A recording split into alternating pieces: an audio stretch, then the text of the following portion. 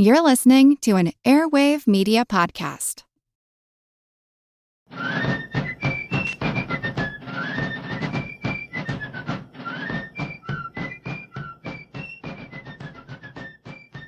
Hello, and thank you for joining the American Revolution. This week, episode 343, Shays Rebellion. Last week, we looked at the severe economic crisis caused by post-war economic depression. Money shortages and demands to repay war debts were making life difficult for almost everyone. With the Revolutionary War at an end, Massachusetts, like other states, was dealing with the many problems of peace. The economy was in a post-war depression that pitted merchant creditors, who mostly lived in or around Boston, against debtor farmers in the western part of the state. Part of the economic problem was the inability to engage in much of their pre-war trade. Merchants were able to import British goods, but could not export most of their products to Britain or its colonies. British merchants, which had trouble collecting on old debts, insisted on cash payments, leading to a drain on what little gold or silver remained in the state. In the western part of the state, farming was the prime economic engine. While the farms were rather productive, no one had any money to buy any of the farm products. Most exchanges were done through barter. Many farmers had borrowed in order to increase production during the war. It was part of that effort to feed the army. With the war over, and the army not buying food anymore, demand for crops fell and prices plummeted. Many farmers who had returned from the war had been issued paper money or certificates, which were not worth anything close to face value. Most of them sold their paper at maybe 10 to 15% of face value. By the middle of the 1780s, a financial crisis was developing. Eastern merchants were getting squeezed for cash by these British merchants. They were unable to sell most of their goods outside of Massachusetts, and merchants began putting the squeeze on farmers for repayment of debts in cash so that the merchants could pay their debts to the suppliers in London. On top of that, the state debt was about 15 times the size of the debt before the war, at about 1.5 million pounds sterling. This was at a time when the state's annual tax receipts were only about 60,000 pounds sterling. John Hancock had served as governor of Massachusetts since the adoption of the state constitution in 1780, and he won overwhelmingly each year. Political protests, of course, were nothing new in Massachusetts. The Patriot leaders had been protest leaders themselves before the war. Now, even before the war ended, Western farmers began protesting the economic conditions. A minister named Samuel Ely led a revolt in Hampshire County. In 1782, shortly after Massachusetts passed the Tender Act, requiring all taxes to be paid in cash, farmers found themselves unable to pay. Much like protesters had done during the colonial era, Ely led a mob that simply shut down county courts, preventing officials from seizing properties or jailing debtors. Ely had been an itinerant preacher during the war. He roamed around Connecticut, Massachusetts, and Vermont. While he didn't join any army formally, he had served as a volunteer at the Battle of Bennington. He became an early leader of the protest movement in western Massachusetts, where he called for the overthrow of the Massachusetts Constitution. After Ely's mob shut down the courts, authorities arrested him and brought him to Springfield for trial. A court ended up fining him £50 and sentenced him to 6 months in jail. About 50 militiamen formed up, marched to the jail, and forced Ely's release. Then Ely fled to the wilderness in Vermont, where he evaded capture. Ely soon got involved in land disputes in Vermont and ended up getting himself arrested there, charged with being a, quote, pernicious and seditious man who was disturbing the peace. Vermont, of course, had its own problems. Still fighting to be an independent state, it did not want to involve itself in Massachusetts' tax fights.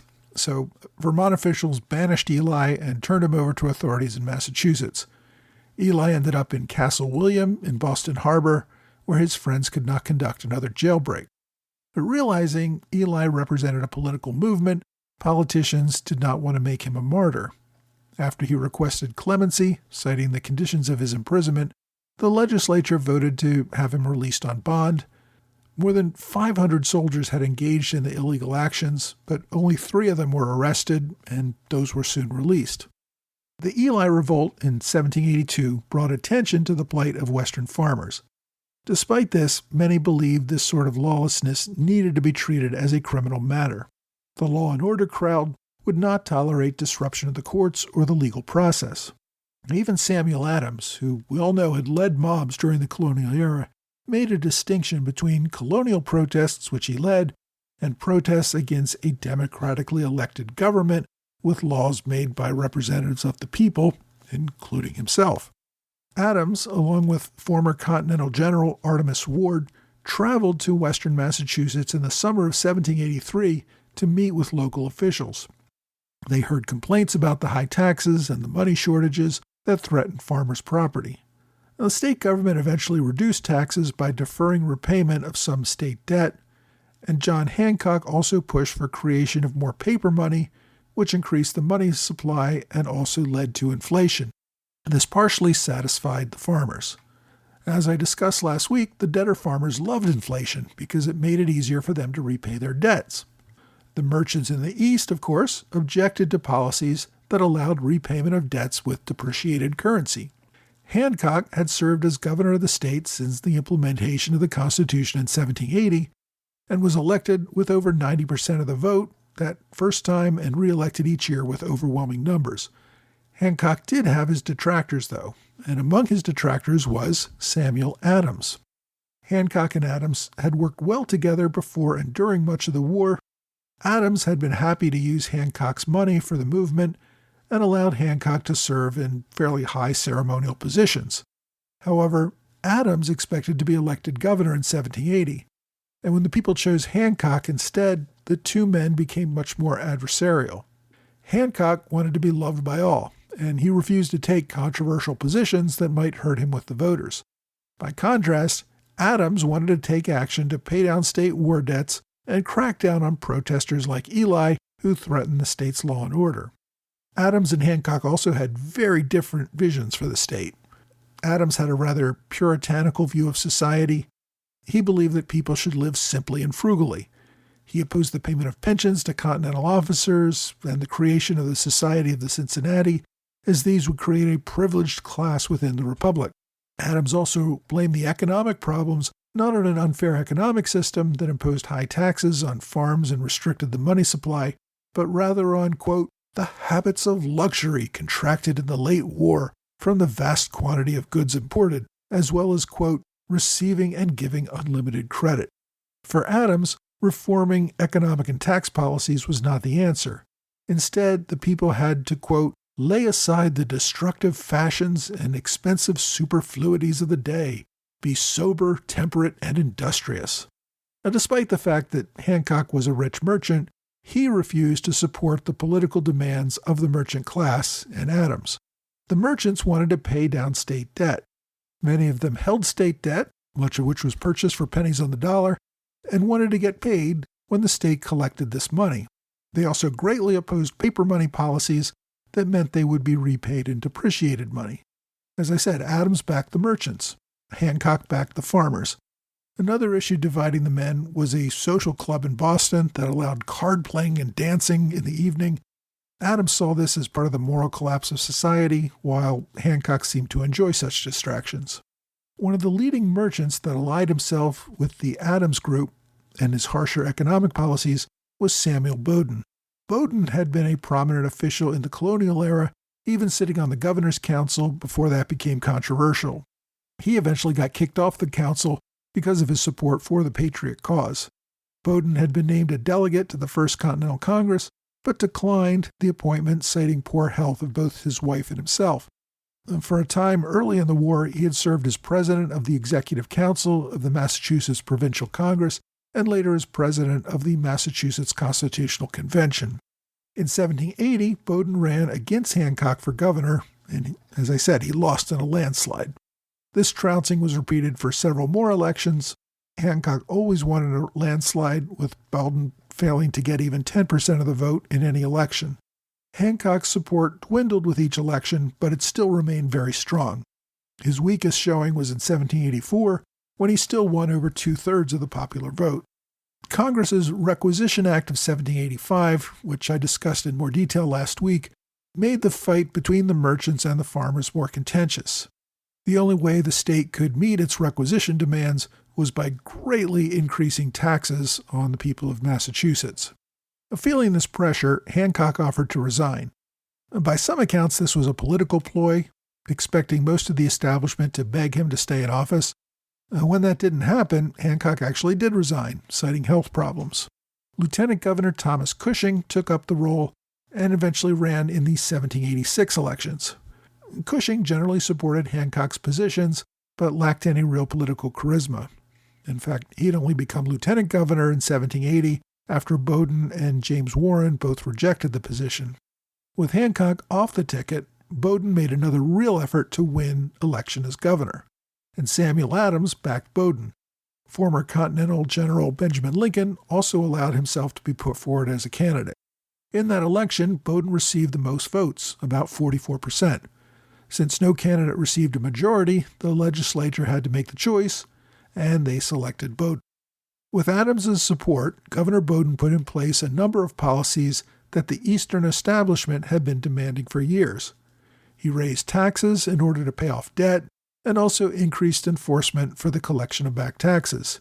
He refused to loosen the money supply to help anyone pay these taxes.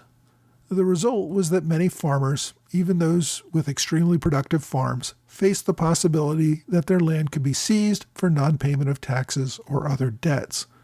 The farmers themselves faced the possibility of debtor's prison. Taxes in 1786 were more than 10 times what they were before the Revolutionary War began. Massachusetts had a poll tax, which required everyone to pay the same amount. So a wealthy merchant like John Hancock owed the same $1.75 that was paid by a laborer who might earn only 20 or 30 cents a day. In addition, property taxes were based on the number of acres of land you owned, not the land's value. Western farmers often had very large farms with land that was not particularly valuable, as it was not suited for farming. So their tax burden was a far larger portion of their value of their land than someone who owned a smaller but more valuable property in the East. In some towns, the number of lawsuits for debt quadrupled during this time. The number of men in debtor's prison increased tenfold. In Worcester, for example, debtors made up more than 3/4 of all prisoners. The Western farmers sent petitions and demanded relief from these policies. They needed a fairer tax system and the issuance of more paper money so that they could pay their taxes and debts. After the legislature adjourned in July without taking any action on these petitions, the petitioners turned into protesters. On August 29, 1786, a group of protesters prevented the Northampton County Court from sitting. The protesters called themselves regulators, a reference to the regulator movement in North Carolina, where Western farmers had fought against unfair Eastern tax policies in that state in the 1760s. A week later, on September 5th, similar protests shut down the courts in Worcester. Officials attempted to call out the local militia to restore order and open the courts, but the militia failed to turn out. Most of the militia were either sympathetic to the cause of the protesters or were protesters themselves. As the protesters organized themselves, many leaders, often militia officers, commanded the men and kept the protests organized. Over time, Daniel Shays emerged as one of the leaders of this movement. Shays had been born in Massachusetts to Irish immigrants. He was a militia sergeant before the war. His war service began on the day of Lexington and Concord. Although he did not see combat personally that day, his company joined the siege of Boston, and he did see action at Bunker Hill and was soon commissioned a lieutenant for his actions on that day. In 1776, he joined the Continental Army and served in the New York campaign. By 1777, he was serving as a captain in a Massachusetts regiment. He served at Saratoga under General Benjamin Lincoln. In 1779, he participated in a much-celebrated raid on Stony Point under Anthony Wayne. In 1780, Shays served under the Marquis de Lafayette and helped fend off a British landing in New Jersey. It was around this time that Lafayette honored Shays with a ceremonial sword. Later that year, Captain Shays was one of the officers assigned to guard Major Andre after Arnold's betrayal. All this is to say that Daniel Shays had a very long and very prominent and honorable record in the Revolutionary War. About 2 weeks after Andre's execution, Shays resigned his commission and returned home. Like many Continental officers, Shays had not been paid during most of his service and was broke. In 1777, he had been forced to sell a farm in New Hampshire. Shortly before his resignation, he also sold the sword that Lafayette had given him, a very controversial act among his fellow officers. After he returned home to Pelham, Massachusetts in October 1780, he was hit with a lawsuit for unpaid debts, and he was forced to sell more land to repay these debts. Despite his money problems, Shays was a prominent member of the community and well respected for his military service. He sat on the local committee of safety. When the 1786 mass meeting decided to shut down the Northampton courts, Shays accepted an appointment to the committee that would raise and equip this force of regulators. His bearing and experience as an officer made him a natural leader. By some accounts, Shays sent men to request that Ethan Allen take command of the rebellion, but Allen refused. Although most people saw Shays as the leader, he himself rejected that title. Shays was reluctantly drawn into this fight, but did command those who joined to serve under him. When the courts tried to resume business at the end of September, Shays led men again to keep the Northampton courts closed. Now this time, though, officials were prepared for the protests.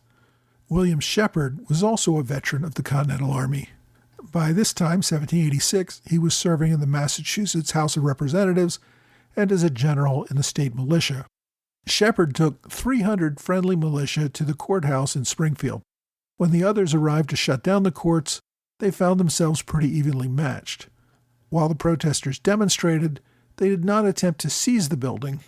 Even so, the judges adjourned without hearing any cases. After this incident, Shepherd was able to recruit more militia and moved to the Springfield Armory as a defensive position. The government in Boston condemned the acts by Shays and others to shut down the courts as a violation of law and order. Governor Bowdoin called on the legislature to, quote, vindicate the insulted dignity of government. Samuel Adams claimed that the British were behind these plots and were inciting treason. Even though these tactics were very similar to those that Adams had used against the British years earlier, Adams believed this case was different. Such protests, in his view, were appropriate against a colonial government appointed by outsiders, but going against the elected government of the people was deserving of the death penalty. Adams helped push through a new riot act and a resolution to suspend habeas corpus so that authorities could more easily take on the rebellion. One of the big problems, though, was that Governor Bowdoin did not have enough money to call out a full militia army. He also could not call on the Continental Army, since there no longer was one. Even so, the government issued arrest warrants for leaders and managed to capture a few of them in November. In January 1787, Governor Bowdoin suggested raising a privately financed army. Eastern merchants supported the effort because they wanted to collect the debts that were owed to them, so they were happy to pay. Bowdoin raised over £6,000 from 125 wealthy merchants. With the money, the government raised an army of 3,000 men, all from the eastern part of Massachusetts. While Shays and the other leaders had organized their forces, they needed weapons to contest the new army that was being brought against them. The only source of such weapons in the area was the Springfield Armory, where Congress had stored weapons from the Revolutionary War. Now, as I mentioned, the pro-government militia under Shepherd had already taken possession of the army and now had a force of about 1,200 men. There were 3 different groups of rebels that agreed to attack the armory from different directions on January 25th. At the last minute, the leader of one of the groups sent a note saying that he could not make it until the following day. The second leader, Eli Parsons, got the note and paused his attack. But Shays, who was leading the 3rd Division, did not get the notice and marched his column toward the armory on its own. Now, Shepherd first attempted to discourage the attackers by firing over their heads. When that did not work, though, he ordered cannons to fire grape shot into the advancing line. When he did so, the attack collapsed, and the attackers fled, with some killed and wounded. General Benjamin Lincoln had taken command of the 3,000-man militia army that was tasked with crushing this rebellion. Shays and his men had pulled back. As Lincoln approached, Shays sent a messenger to his old commander requesting a short truce until the legislature could act on their petition. Instead, Lincoln took his army on a night march and raided Shays' camp on February 4th in an incident that scattered the rebels. Some were captured, but many escaped. Shays himself managed to make his way to Vermont, where he remained in hiding. Lincoln's militia army then returned home. After that, there was one final raid in February in Sheffield, Massachusetts. Local militia put down that raid, but at a loss of 1 man killed on each side and dozens wounded on each side.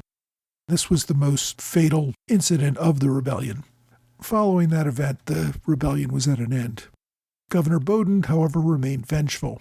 He offered a reward for the capture of Shays and got the legislature to pass the Disqualification Act that prevented any of the rebels from ever running for office. Despite those efforts, anger at state policies caused Bowdoin to be thrown out of office in the next state elections 2 months later. John Hancock returned as governor. He cut taxes and placed a moratorium on debts. That seemed to calm the immediate crisis. 2 rebel leaders, however, John Bly and Charles Rose, were hanged in December. Shays remained in hiding in Vermont until he received a pardon in 1788. Next week, we will return to the Continental Congress as it attempts to solve many of the country's problems with the passage of the Northwest Ordinance.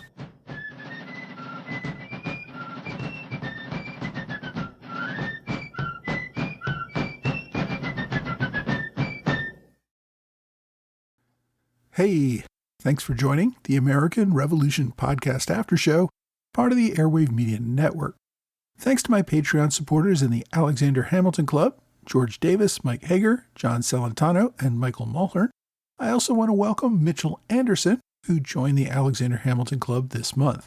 Thanks also to Robert Morris Circle supporters, Jason Harrison, Anthony McGinnis, and also to Ron Thorson, who upgraded to Robert Morris recently. Remember that joining me on Patreon for as little as $2 a month can get you access to commercial-free episodes and invitations to live events. If you join at the $10 level, you will get a different magnet representing a flag from the American Revolution every month. If you don't want to make a commitment to an ongoing contribution, I also happily accept one-time gifts via PayPal and Venmo. I really do appreciate everyone who helps to support this podcast. This week's topic, the Shays Rebellion, was a huge event for the nation. The reality of a people who had used armed revolt to protest unfair laws and policies became a real concern following the tradition of the Revolutionary War. Supporters saw this right as resistance to an effort where certain groups of wealthy elites had taken control of the government and were making laws to skew the economic system to enrich themselves. The opponents of things like Shays Rebellion saw this sort of action as a simple threat to law and order. Shays Rebellion did have a profound impact on national leaders. Samuel Adams, who had spent a lifetime engaging in such acts of resistance in the colonial era, he had now become part of the establishment, and he believed that there should be harsh punishment for anyone who would threaten the elected government. For Adams, elections offered the opportunity to express dissent. Violent resistance only threatened to destroy the democratic process. Violent resistance was acceptable in the colonial era, not in the democratic era. Others, of course, had a different perspective. Thomas Jefferson received updates in France. He wrote several letters in response, which expressed the view that rebellions were necessary to preserve freedom. It kept the government from pushing too hard against the liberties of the people. In one famous letter from that time, Jefferson wrote, "The tree of liberty must be refreshed from time to time with the blood of patriots and tyrants. It is its natural manure." That said, many leaders nationally saw the rebellion as an example of why the government under the Confederation was not up to ruling. In October 1786, while the rebellion in Massachusetts was still raging, George Washington wrote in a letter, quote, "You talk, my good sir, of employing influence to appease the present tumults in Massachusetts. I know not where that influence is to be found, or, if attainable, that it would be a proper remedy for the disorders. Influence is not government. Let us have a government by which our lives, liberties, and properties will be secured, or let us know the worst at once." Washington recognized the need for a more powerful federal government that could maintain order in the face of such rebellions. The example of Shays' Rebellion increased national support for a constitutional convention that would consider a stronger federal government. Massachusetts Governor Samuel Bowdoin continued to run for governor even after he got defeated. When he was the incumbent, he failed to get even 22% of the vote following this rebellion. In subsequent elections, his support fell even lower. Bowdoin returned to life as a private merchant. He made large donations to Harvard, which still offers the Bowdoin Prizes to this day. And after his death in 1790, his family donated land and funds to establish Bowdoin College in what is today Maine. John Hancock remained the governor of Massachusetts until his death in 1793. He made up with Samuel Adams, who had become his lieutenant governor and eventually succeeded him after his death. Daniel Shays did return to Massachusetts after he received his pardon, but he was largely vilified by the Eastern establishment as an anarchist who simply opposed government. Given the hard feelings and everything that was going against him, Shays ended up moving to New York. He eventually received a pension for his Revolutionary War service. He lived in poverty, though, and became an alcoholic before his death in 1825. Even so, Shays remained a curiosity for many. Late in life, two young men visited Shays at his New York home. They reported that Shays liked to talk and drink and was not always coherent. One of these young men was the future president, Millard Fillmore. My book recommendation this week is Daniel Shays' Honorable Rebellion, An American Story, by Daniel Bullen. This is a relatively new book on the rebellion, published in 2021 by Westholme Publishing, the same folks who give us the Journal of the American Revolution. The author, Bullen, lives in western Massachusetts, and I like this book because it tells the story well while making clear the political and economic schemes that led to the rebellion. So if you want to read more on this topic, get a copy of Daniel Shays' Honorable Rebellion, An American Story by Daniel Bullen. My online recommendation is a video on YouTube. If you don't want to take the time to read my book recommendation of the week, you can listen to the author, Bullen, talk about Shays' Rebellion in a presentation that lasts a little less than 1 hour. Bullen gets into more details on many of the issues that I couldn't cover today, so this is a quick and easy way to get more of the story. My question this week asks, what is going on with the 250th anniversary?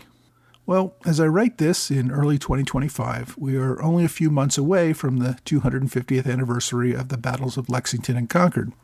Next year, 2026, will probably be the big celebration, since the Declaration is widely considered America's birthday. Before I get into the plans, I have to address one really petty issue that shouldn't annoy me, but just does. The common name that seems to apply to these events is the semi-quincentennial, which essentially means halfway to 500. I had always thought the event would be called the sesquicentennial, which is the Latin term for between halfway and 200 and 300. We called the 150th anniversary the sesquicentennial, not the semi-tricentennial. So I'm not sure why we settled on semi-quincentennial for the 250th. If anything, let's just call it the quarter millennial. But whatever we call it, the 250th is probably the biggest anniversary that we'll get in our lifetime. At least I don't expect to be around for the tricentennial. There is a group called America 250, which is trying to coordinate events.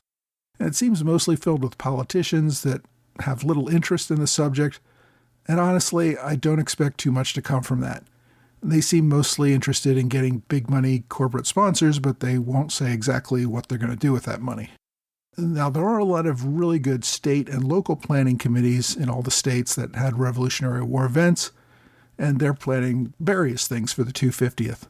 There will be some interesting living history events, a few reenactments, and other anniversary celebrations. I don't know that there will be anything really big other than perhaps that things get mentioned more around the 4th of July 2026. If you are interested, you really should reach out and see what your state or city is planning. I know Philadelphia is trying to put together a big event, but there don't seem to be any substantial building or renovation projects like there were in the years leading up to the bicentennial, or even the sesquicentennial for that matter. The most positive thing I can say is that there will probably be a bunch more books or other media covering this era. Ken Burns is coming out with a documentary on the Revolutionary War later this year. I'm not aware of any big budget movies that are in the works, We'll probably see a few miniseries on streaming sites. I guess I'm hoping the anniversary raises the profile of the era, at least a little, and gets more people curious about our nation's founding. If you've listened to this podcast so far, you probably know more about the era than 99% of the U.S. population, so congratulations. If you want to help spread the word, perhaps this is a good time to order a Revolutionary War t-shirt from my website on TeePublic.